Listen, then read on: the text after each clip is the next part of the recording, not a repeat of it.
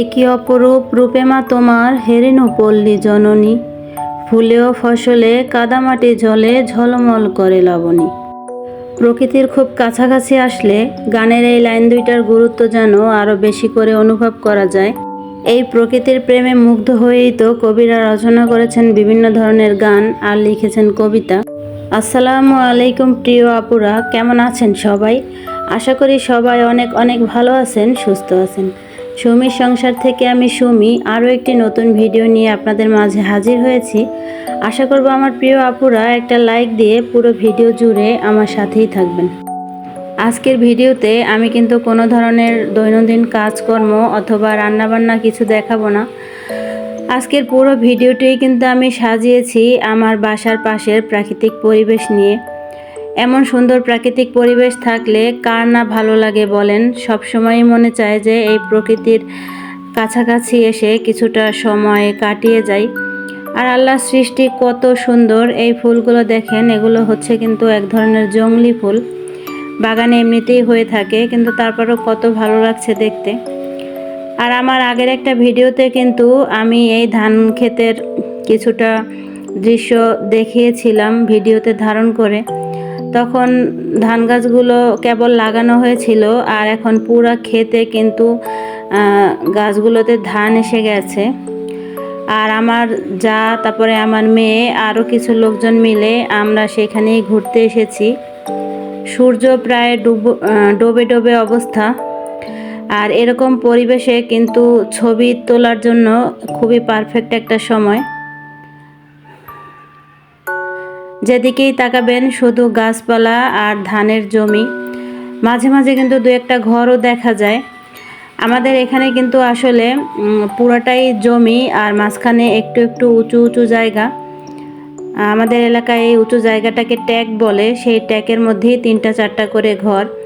তো এক ট্যাগ থেকে আর এক ট্যাগ দেখলে মনে হবে যে ওটা একটা জঙ্গল, কিন্তু ভিতরে গেলে আসলে বোঝা যায় যে না, ভিতরে অনেক সুন্দর বাড়িঘর আছে।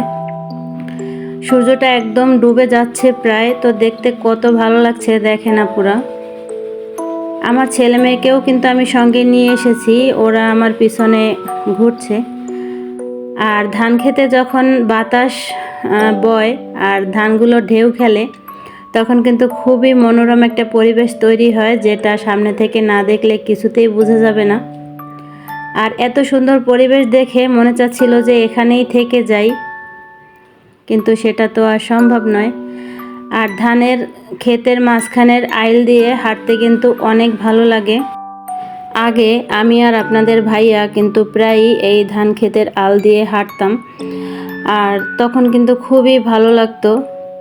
আমার যাকে বলছিলাম যে আমি আল দিয়ে হাঁটি আর তুমি আমার একটা ভিডিও করে দাও, তো একটু ভিডিও করে দিয়েছে, আর আমি স্মৃতি হিসেবে রেখে দিলাম। আর একটা খেতে দেখলাম যে একটু ধান পাকার কাছাকাছি গিয়েছে, তো এখান থেকে কয়েকটা ধান আমি ছিঁড়ে নিয়ে আমিও চাল বের করে খেয়েছি, বাচ্চাদেরকেও খাইয়েছি। ঘুরতে ঘুরতে কিন্তু একদম সন্ধ্যার আগের মুহূর্ত এটা। এই যে ধান গাছের উপরে শিশিরের বিন্দুগুলো কি সুন্দর জমা হয়ে আছে।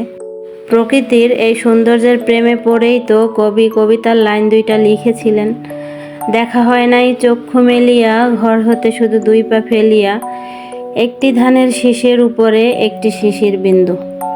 সত্যি তো, আমরা কত টাকা পয়সা নষ্ট করে, কত সময় ব্যয় করে আমরা বিভিন্ন জায়গায় ঘুরতে যাই, অথচ নিজের ঘরের পাশেই যে এত সুন্দর জায়গা আছে সেটা আসলে উপলব্ধি করতে পারি না।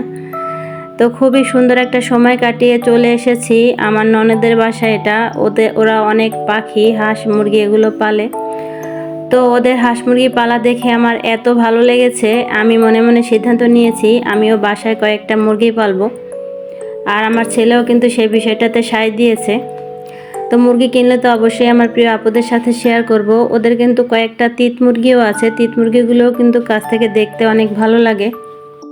আমার আজকের ভিডিওটি আমার প্রিয় আপুদের কাছে কেমন লাগবে আমি জানি না। যদি ভালো লেগে থাকে অবশ্যই একটা কমেন্ট করে জানাবেন। সবাই ভালো থাকবেন, আমার জন্য দোয়া করবেন। আল্লাহ হাফেজ।